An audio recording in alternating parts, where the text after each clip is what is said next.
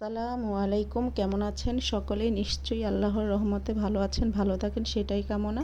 কিভাবে রান্না করে ফেললাম শোল মাছের পাতুরি, সেটাই আজকে আপনাদের সাথে শেয়ার করব। মাছটিকে ছোট ছোট টুকরো করে খুব ভালো করে ধুয়ে নিতে হবে। শোল মাছ একটি শক্ত মাছ, তাই এই মাছটিকে ছোট টুকরো না করলে এর মধ্যে মশলা ঢোকে না। তারপর আমি এর মধ্যে 1 কাপ পরিমাণে পেঁয়াজ কুচি, টমেটো কুচি ও 2-3টি ফালি করা কাঁচামরিচ দিয়ে নেব। এবার আমি 1 চামচ রসুন বাটা, আধা চামচ আদা বাটা ও পরিমাণ মতো লবণ দিয়ে দিব।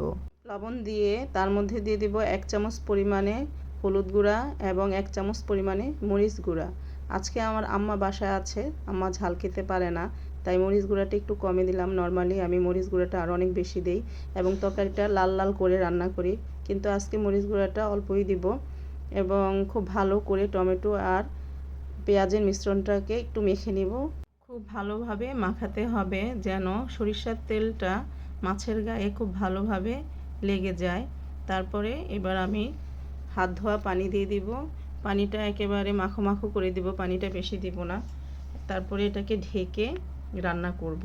প্রথমে মাছটাকে হাই হিটে রান্না করব, তারপরে আস্তে চুলাটাকে ডিম করে কমিয়ে দিব এবং আস্তে আস্তে এটাকে রান্না করতে হবে। এবং এটা যত আস্তে আস্তে রান্না করা হয় মাছের স্বাদটা তত মজা হয়।